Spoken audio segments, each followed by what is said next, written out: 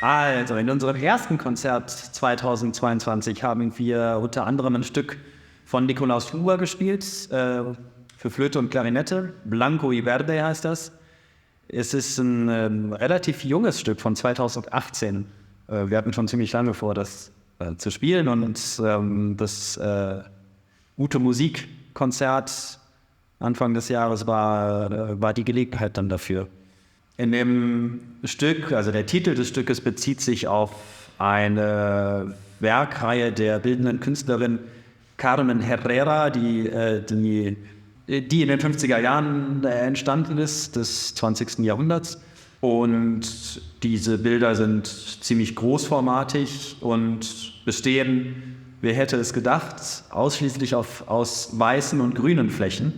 Auf das Grüne möchte ich kurz eingehen. Das Grün hat ihm deswegen besonders gut gefallen, weil es nur dann wahrgenommen werden kann vom menschlichen Auge, wenn 5 Photonen pro Sekunde auf das Auge treffen.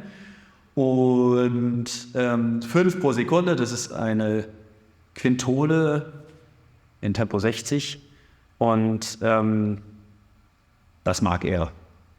Das mag er. Und die Zahl 5 überhaupt mag er. Da hast du eine Quinte dann gleich dabei, und reine Intervalle findet er sowieso gut. Reine Intervalle zu illustrieren, indem man noch einen Viertelton da drüber oder da drunter setzt, findet er gut. Und was auch vorkommt und was das Stück für uns, also was dafür gesorgt hat, dass wir dieses Stück unbedingt spielen wollten, ist, dass es einfach so ein richtig so ein typischer Huber ist mit allem, was dazugehört, mit dieser sehr strengen Dynamik, mit dieser großen Strenge in allen Beziehungen, die aber gleichzeitig eine sehr lebendige und schöne, letztlich auch irgendwie emotionale Tonsprache erzeugt.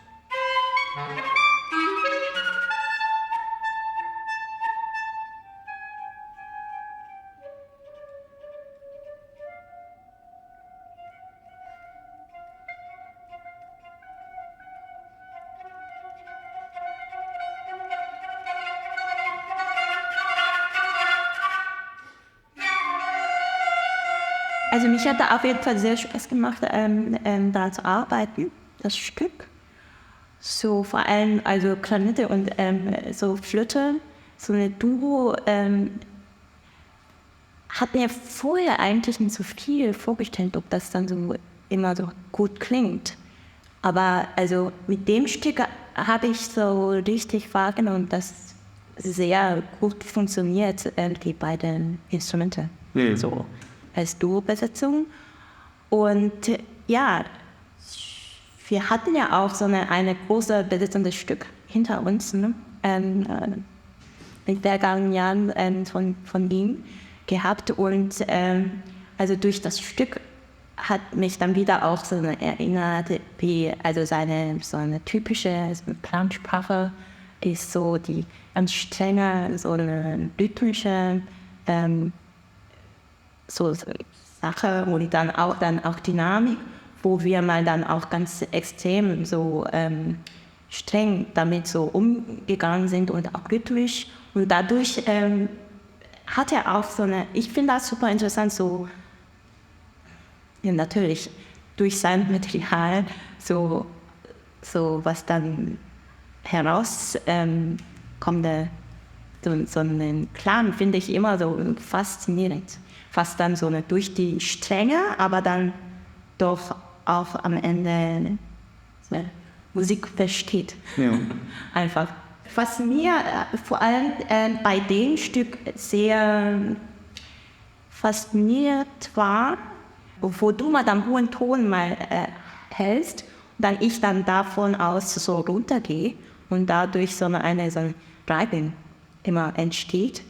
Und zwischen uns dann wieder auf anderen Klangebenen wieder entsteht, so, wo man eigentlich allein gar nicht spielen kann oder wahrnehmen kann, so durch 2 Instrumente, so einen dritten Klang, was entsteht da. Das fand ich sehr interessant. Und ich weiß nicht, also noch nie habe ich so richtig von anderen Stücks solche Momente wahrgenommen oder beobachtet über mich selber, über den Clan selber, wo so einen interessanten Prozess gibt. Ja. Sollen wir die Stelle einmal spielen? Können wir machen. Und dann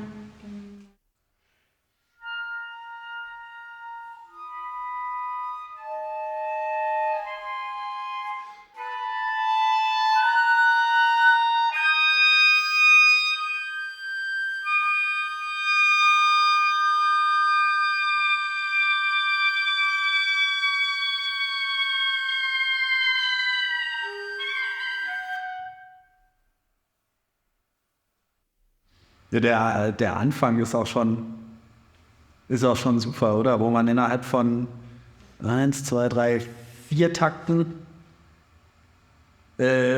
vom Pianissimo zum dreifachen Forte kommt. Einfach so, ja,